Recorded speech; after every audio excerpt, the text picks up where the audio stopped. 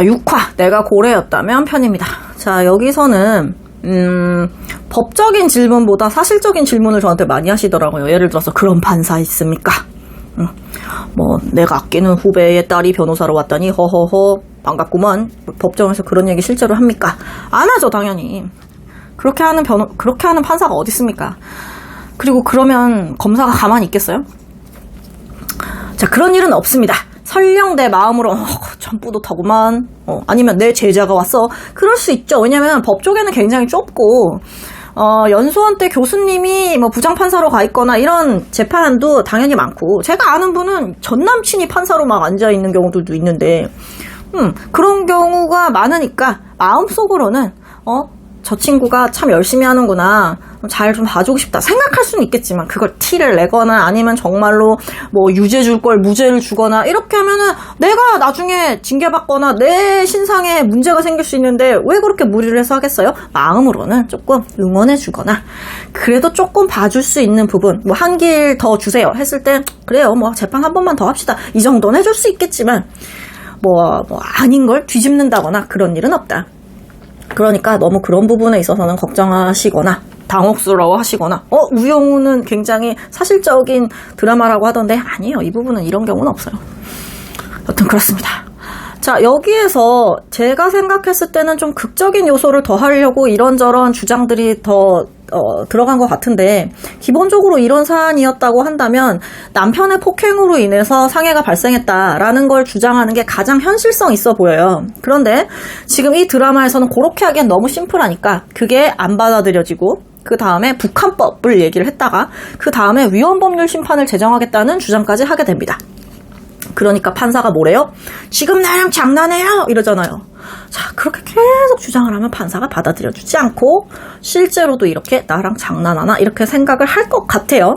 이 사건에서 상해라는 게 그 사람 때문에 발생한 게 아니라는 걸 입증하지 않는 한 징역 4년 밑으로 나오는 건 쉽지 않아 보여요, 제가 봤을 땐. 그리고 집행유예 받는 건 더더욱 어려워 보입니다. 왜냐하면 이 사람은 수사를 받던 도중 혹은 재판을 받던 도중에 도망을 갔던 사람이기 때문에 가중이 될 수밖에 없어요. 이 드라마에서 이제 사수 변호사가 얘기하는 게 정말 정확한데, 가중이 되면 가중이 됐지 감경될 만한 사유는 딱히 없어요. 그 딸 때문에, 딸을 보고 싶으니까 뭐 다 도망가도 그러면 뭐 감경받을 수 있겠네? 그렇게 잘못 생각하실 수 있는데 아니에요. 제가 봤을 때 이 사건에서의 쟁점은 상해를 누구한테서 입은 거냐라는 것이고, 이 피해자가 계속해서 얼굴에 온통 멍이 들어있는 상태로 이렇게 생활을 하고 있다. 그리고 신고를 한 내역이 있고, 집주인이 신고를 한 내역이 있고, 그 집주인을 증인으로 불러서 한 번 더 참고인으로 불러서 증인으로 불러서 물어봤을 때, 이때 당시에 신고를 했을 때 어느 정도 수준의 폭행이 있었을 때 신고했는지 기억이 나냐, 이 이후에 뭐 강도가 들고 그런 거 너 생각이 나느냐, 그랬다면 이 사람이 그렇게 얼굴이 멍이 들고 이렇게 심하게 다친 부분은 누구 때문이었다고 생각하느냐, 사실 이걸 물어보는 게 더 중요한 거지, 북한법에 따르면 이 정도에는 상해가 있었다고 볼 수 없고, 그 얘기를 하는 건 실제 재판에선 도움이 안 될 것 같아요. 근데 북한법 얘기를 하는 건 뭐예요? 그 얘기 우영우가 왜 하는 거죠? 자, 고의가 없었다는 거예요. 강도를 할 만한 고의가 없었다는 것 때문에 북한법을 계속 얘기를 하는 거거든요. 그러니까 그것도 왜 갑자기 뜬금없이 북한법이지 했을 때는 그렇게 고의를 조각시키기 위해서 얘기를 한 거였고, 그 다음에 위헌법률 심판을 판사한테 가서 얘기를 하면서 변론 제기해달라고 하는 건, 위헌법률 심판이라는 건 해당 사건의 재판부가 승낙을 해줘야지만 진행이 될 수 있습니다. 그렇기 때문에 하는 것이죠. 위헌법률 심판을 다툰다는 건 쉽지 않아요.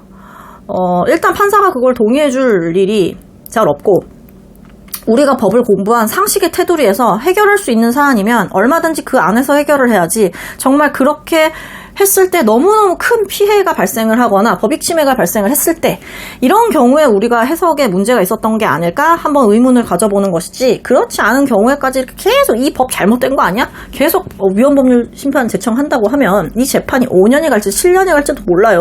정말 사법행정 낭비입니다. 그렇기 때문에 잘 하지 않죠. 그래서 판사도 아니에요! 이렇게 얘기를 했던 거고, 그냥 장난하지 말고 가라! 이렇게 얘기를 했던 거고, 이 사건에서 상해가 남편으로 인해서 발생한 것이다라는 걸 입증하지 않는 이상 지금 공범이 4년의 실형을 받은 사안인데 같은 사안에서 똑같이 형을 내리는 게 형평에 당연히 맞겠죠, 상식적으로. 그리고 이 사람은 심지어 도주까지 했어. 그런 경우라면 4년보다 안 좋게 나오는 게 맞고, 그러다 보니 배심원들이 만장일치로 4년이라고 얘기를 했던 것 같아요. 공범인 경우에 또 4년이 나왔으니 너도 똑같이 4년의 책임을 져야 되지 않겠니? 라는 거겠죠. 그래서 만약에 이게 실제로 재판이었다면 집행유예가 나오기는 상당히 어려워 보이고 거의 불가능해 보입니다. 까놓고 얘기해서 거의 불가능해.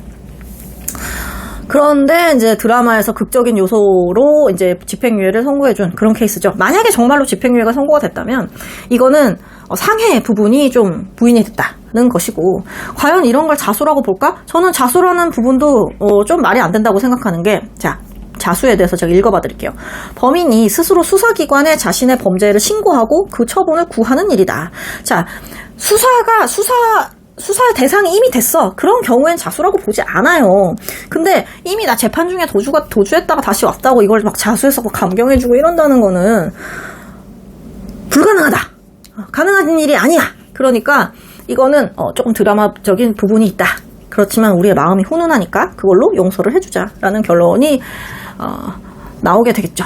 자, 엊그저께까지 나온 드라마의 사건에 대한 설명을 제가 이렇게 다뤄봤습니다. 이제부터는 또 사건에 대한 얘기를 또 해볼 테니까 나중에 또 우영우 드라마를 보면서 제가 떠오르는 거 있으면 또 연속해서 올려볼게요. 고생하셨습니다.